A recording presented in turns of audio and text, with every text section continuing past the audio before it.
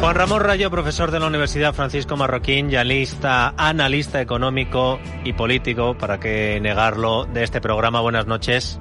¿Qué tal? Buenas noches, Dieter. A ver, Juan Ramón, porque me gusta, la verdad es que lo tenemos casi fijado los jueves, pero hay alguna semana que puede variar el día, pero me gusta que sea el jueves porque así te damos un día entre lo que saca el Consejo de Ministros, te da tiempo a analizarlo, a ver la letra pequeña y luego explicárnoslo al resto, porque este martes lo que tocaba era la nueva ley del Gobierno para obligar a las empresas a elaborar un registro salarial y para obligarles a hacer una auditoría retributiva para acabar con las desigualdades salariales. Y decía la ministra Yolanda Díaz, ya no se podrá pagar a una mujer menos que a otro hombre por hacer el mismo trabajo, cosa que yo pensaba que en España ya no se podía hacer.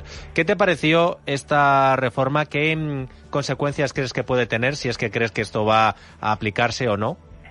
Bueno, pues las consecuencias son potencialmente bastante preocupantes. Habrá que ver cómo se termina aplicando la norma, pero efectivamente si la norma se limitara a establecer lo que ya está vigente, que no es posible discriminar salarialmente a hombres y mujeres, que si hay un mismo trabajo dentro de una misma categoría profesional que lo desempeña o un hombre o una mujer, los dos tienen que cobrar lo mismo porque así viene tabulado, por ejemplo en el convenio colectivo, pues bueno, sería simplemente un fuego de artificio que probablemente podríamos pensar que lo han aprobado esta semana para ver si así desvían la atención de otros golpes más fuertes que están dando. Pero es que la norma tiene el potencial de convertirse en una normativa tremendamente intrusiva dentro de la vida de las empresas, porque claro, vamos a ver, en contra de lo que a veces se sugiere, la famosa brecha salarial que existe en la economía, que es que de media los hombres cobran más que las mujeres, no se explica por qué para un mismo puesto de trabajo con exactamente las mismas condiciones y responsabilidades un hombre cobre más que una mujer.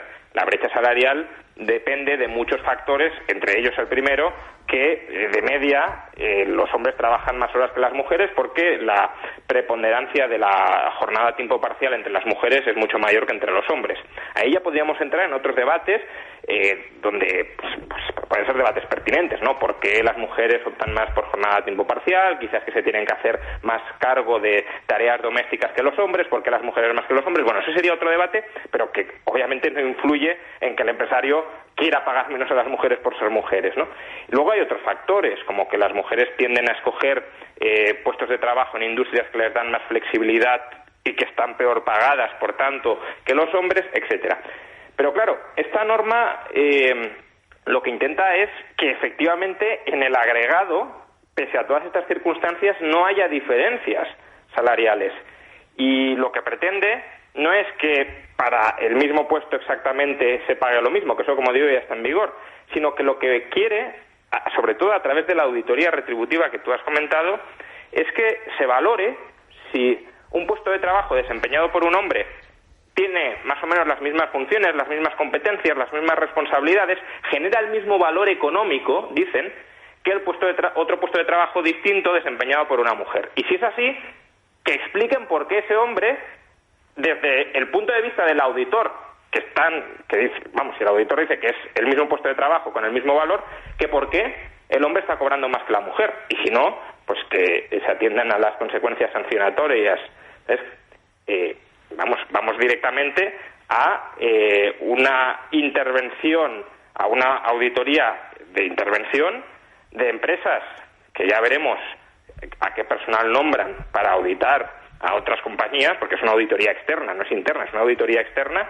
Imaginemos que se empiezan a colocar al frente de estas auditorías a personal pues con ideología de género, a personal afín a determinados partidos políticos muy radicalizados, que luego les van diciendo a las empresas cuánto tienen que pagar a cada persona, porque según ellos, a lo mejor la responsabilidad de un puesto de trabajo, aunque la empresa diga que es más en uno que en otro, es el mismo, y son los de fuera los que dicen si un puesto es igual a otro y por tanto si uno tiene que cobrar más que otro. La verdad es que desde ese punto de vista es todavía más preocupante, porque si el auditor externo está en manos de Irene Montero, sí, claro que sí, échate a temblar. Claro, es que ese es a ver, en verdad, vamos a ver, en el 89 la planificación económica centralizada empezó a caer, ¿no? Pero desde entonces una parte de la izquierda está intentando recrear la planificación económica centralizada por vías indirectas, no teniendo un Gosplan que planifique toda la economía, pero sí teniendo comités que le van diciendo a las empresas: tú haz esto, tú haz aquello, tú paga esto, tú paga aquello. Y esto es otra forma de crear un entramado potencialmente gigantesco. A lo mejor, esperemos, pues no se termina de aplicar del todo y queda en nada, pero hay que temerse lo peor, un entramado gigantesco, una auditoría retributiva, como la auditoría de que ya están desarrollando las empresas contablemente, pues una auditoría retributiva para que desde esa inspección se le diga al empresario lo que tiene que pagar, lo que no, la responsabilidad que tiene realmente un puesto y la que no lo tiene, y por tanto es una intromisión absoluta en la vida de las empresas de más de 50 trabajadores, que esa es otra. Hombre, ya después de exponer esto casi es lo de menos, pero también conviene mencionarlo. Uno de los grandes problemas que tiene la economía española es que sus empresas son muy pequeñas. ¿Por qué son tan pequeñas?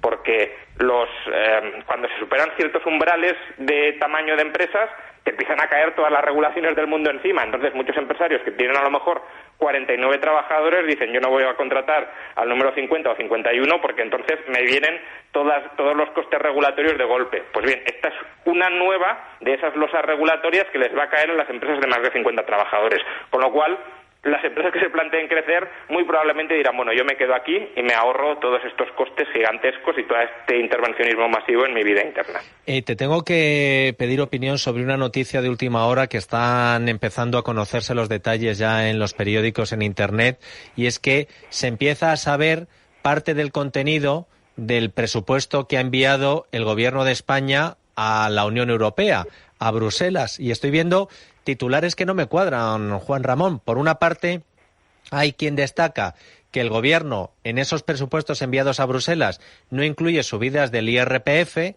pero por otra parte, lo que se está diciendo es que el Ministerio de Hacienda le ha prometido a la Unión Europea que en el año 2021 va a elevar los ingresos a niveles históricos. Ya sabíamos lo del techo de gasto, que habían batido todos los récords, pero el nivel de ingresos sería de 487.000 millones de euros, 33.000 millones de euros de ingresos más. ¿Me puedes explicar cómo se hace esto, Juan Ramón, en un momento de crisis brutal y sin subir el IRPF? Porque dicen que solo con la tasa Tobin y con la tasa Google y poco más. Hombre, eso es bastante de risa, ¿no? A ver, el propio gobierno estimó que para el año 2020, sin pandemia, la tasa Tobin, la tasa Google, la subida del impuesto sobre sociedades para grandes empresas, el dieselazo y, bueno, algún impuesto más también a grandes patrimonios, que con todo eso se recaudarían, y la IREF ya rebajó esta cifra, pero bueno, tomemos la estimación del gobierno, 4.500 millones de euros. Eso es el 0,4% del Producto Interior Bruto de 2020. Entonces, que se pretenda que solo con esto vamos a llegar a cifras históricas de recaudación, cuando, como dices, el PIB no está en máximos históricos ni de lejos, pues no tiene ningún sentido. O bien están mintiendo a la Comisión, que también podría ser, ¿no? No es la primera vez que presentamos cuentas maquilladas, delirantes a la Comisión, o bien hay otras subidas de impuestos que no nos están contando. A lo mejor no se sube el IRPF por el lado de los tipos impositivos, pero sí se empiezan a vaciar deducciones, por ejemplo la de los planes de pensiones, que sabemos que está siendo examinada. O no se toca demasiado el IRPF, pero se tocan otros impuestos, como puede ser el IVA. Ya hemos hablado también de la gigantesca subida del IVA a la sanidad y a la educación, que no serviría para mucho porque elevaría el gasto público en última instancia, o la subida de cotizaciones sociales a los autónomos, que también está sobre la mesa y que, de nuevo, aunque no proporcionaría una recaudación gigantesca, pues todos son nuevas subidas de impuestos al margen del IRPF que se pueden ir acumulando y que pueden ir proporcionando algo de recaudación. Pero un máximo histórico, vamos, salvo que tengamos sablazos históricos como no podemos ni siquiera imaginarnos, será muy complicado, prácticamente imposible que lleguemos. Casi te digo que prefiero que les hayan mentido a Europa, que no pretendan aumentar los ingresos en 33.000 millones, porque entonces lo de la subida del IVA iba a ser brutal. Por cierto, has citado lo de los autónomos, es noticia hoy porque la Asociación de Autónomos ATA ha vuelto a poner el grito en el cielo porque el gobierno se la quiere colar otra vez, con una subida de las cotizaciones a 700.000 autónomos. Claro, es que ese es un poco el tema, es decir, de los 2,2 millones de autónomos que van a ser afectados por la subida, porque luego hay otros autónomos, los societarios, por ejemplo, que no entran en esto, a 700.000, a un tercio, los estás perjudicando. A otros tantos, no han desglosado esta cifra, pero a otros tantos ni les va a venir ni les va a ir, vamos, se van a quedar igual, y otros sí van a salir beneficiados. Pero el punto es, para beneficiar a algunos no hace falta perjudicar a los otros. Hay que entender que los autónomos pueden escoger su base de cotización porque las prestaciones que reciben están o guardan relación con la base de cotización que ellos han escogido. No es que escojan pagar poco y luego reciben mucho. Si escogen pagar poco, si escogen cotizar poco a la Seguridad Social, luego las prestaciones que recibirán también serán escasas. Y ese es un derecho que creo que habría que intentar preservar para los autónomos. Si quieres cobrar mucho, pues paga mucho. Si quieres cobrar poco y ahorrar por tu cuenta porque no te fías de que la Seguridad Social en el futuro te vaya a pagar nada de verdad, pues cotiza poco y cobras poco. Pero ahora lo que se pretende es, para aliviar la situación financiera, y es muy legítimo, de los autónomos que cobran menos de la base mínima de cotización, vamos a hacer tributar por ingresos. Vale, podrías hacer tributar por ingresos solo a los que ganan por debajo de la base mínima. Y a los demás también por ingresos, de tal manera que ya no van a poder escoger la base mínima. Y nos dice el ministro Escrivá, esto es para que los autónomos reciban más en el futuro. Por favor, que no nos mientan, que no nos engañen. Todos sabemos, desde la IREF, empezando por la IREF, cuando estaba el ministro Escrivá, a todas las casas de análisis, que las pensiones en España en el futuro se van a recortar. Por tanto, se va a hacer cotizar más a los autónomos, a 700.000 autónomos, especialmente en un momento tan delicado y en el que han sufrido tanto como el actual, no para recibir más en el futuro, sino para recibir menos. Y, por tanto, el sablazo va a venir por ambos lados. Vas a pagar más y no vas a recibir más. Juan Ramón, una última cuestión.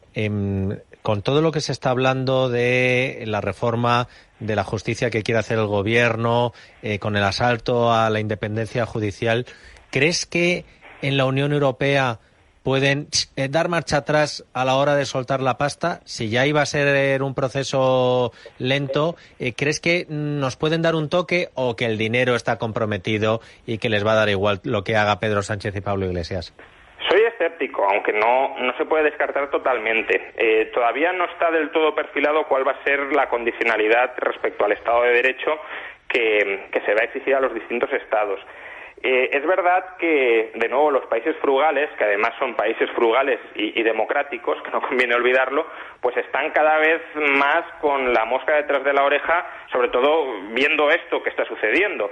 Y quizá esta iniciativa de Pedro Sánchez y de Pablo Iglesias de saltar el Poder Judicial en España, pues le refuercen su tesis de tenemos que ser muy duros en la condicionalidad democrática.